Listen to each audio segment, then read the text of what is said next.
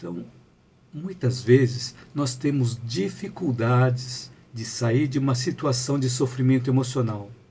Mas por que nós temos essa dificuldade? Segundo esse livro aqui, Quebrando o Hábito de Ser Você Mesmo, do Dr. Joe Dispenza, ele fala assim que o maior problema de nós não conseguirmos ou termos dificuldades de sair do sofrimento emocional é porque 90% dos nossos pensamentos de hoje são os mesmos pensamentos que tivemos ontem. Enquanto nós estivermos pensando, agindo e reagindo da mesma forma a tudo o que nós conhecemos, a nossa vida vai continuar igual. Então, para nós deixarmos de continuar produzindo sempre a mesma coisa, nós precisamos mudar. Mudar significa nós conquistarmos um patamar superior ao ambiente de sofrimento em que nós estamos. Nós sermos superiores às condições que foram colocadas à nossa volta. Sermos superiores às situações que ocorrem na nossa vida e que trazem os sofrimentos emocionais. Porque nós não vamos conseguir resolver um problema no mesmo estado mental em que ele foi criado. Então, por isso que nós precisamos nos elevar em um patamar acima daquele que nós estamos tendo problema, para que possamos resolver aquele problema. Então, essa frase, nós não conseguimos resolver um problema no mesmo estado mental em que ele foi criado, essa frase é do Albert Einstein. Então nós não vamos também conseguir ver o tamanho de uma ilha se nós não sairmos dessa ilha. Então, para que nós possamos ver o problema, nós precisamos nos elevar acima desse problema. E para nós conquistarmos um patamar superior, nós precisamos adquirir conhecimentos. Precisamos entender como funcionam algumas linguagens. Qual a linguagem que o nosso cérebro entende? Então, o nosso cérebro entende a linguagem dos nossos pensamentos.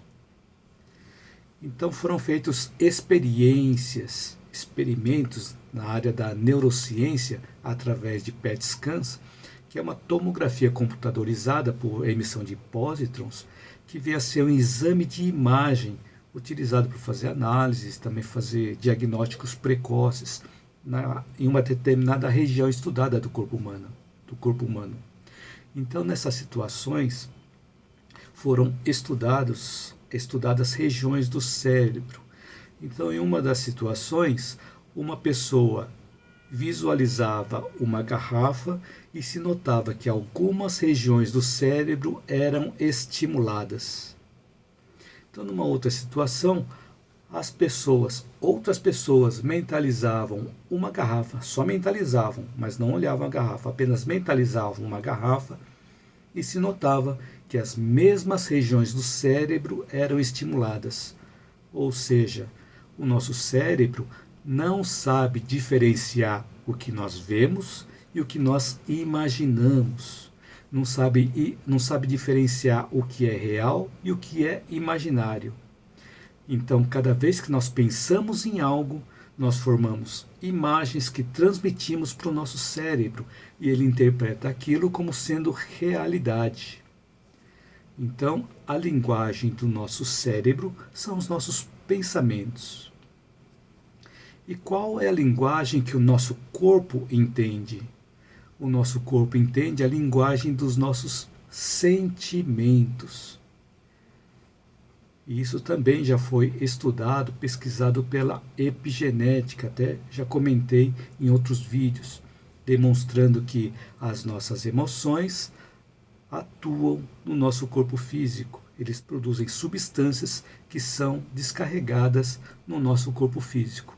Emoções boas descarregam energias boas e emoções ruins descarregam energias ruins em nós. Então, a forma como nós pensamos e a forma como nós sentimos gera o nosso estado de ser. Se nós não estamos nos redefinindo diariamente no presente, tendo uma visão lá para o futuro, então nós estamos fixados com as memórias lá do passado. Porque se nós continuamos fazendo as mesmas coisas, nós estamos repetindo as mesmas coisas que já fizemos no passado. E assim nós vamos conseguir ter até uma previsibilidade com o que vai acontecer na nossa vida no futuro. Se a gente continuar repetindo as coisas lá, as coisas que nós fizemos no passado, agora no presente, vamos ter um futuro igual ao presente. Então, quando nós pensamos, nós criamos sentimentos. E quando nós sentimos, criamos pensamentos. Então, cada vez que nós pensamos em algo, produzimos sentimentos. E cada vez que nós sentimos algo, produzimos pensamentos. E isso se torna um ciclo.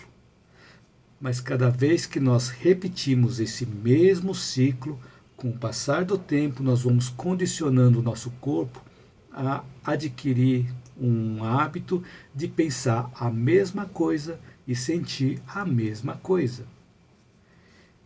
E se repetirmos esse mesmo ciclo várias e várias vezes, faz sentido nós dizermos que estamos vivendo no nosso passado? E viver no nosso passado nos remete à dependência a estados emocionais do passado também.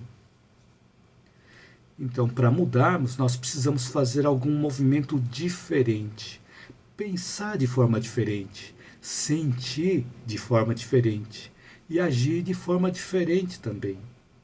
Para assim nós podemos nos libertar da prisão de vivermos lá no nosso passado e atuarmos no nosso presente, mas tendo uma visão mais panorâmica das coisas que acontecem na nossa vida e com metas a serem alcançadas.